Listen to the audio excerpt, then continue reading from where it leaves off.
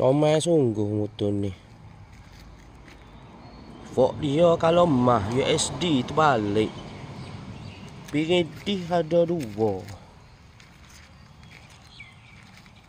Ada saya kena kat side mirror. Lapu pada juga sini. Orang kata motor ni seksi punggung besar.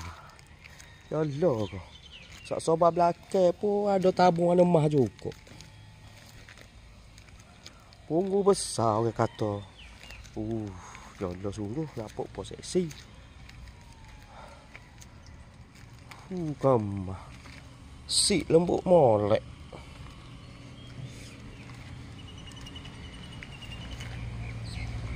Depan dia orang kata supaya Ducati Panigale. Comel sungguh.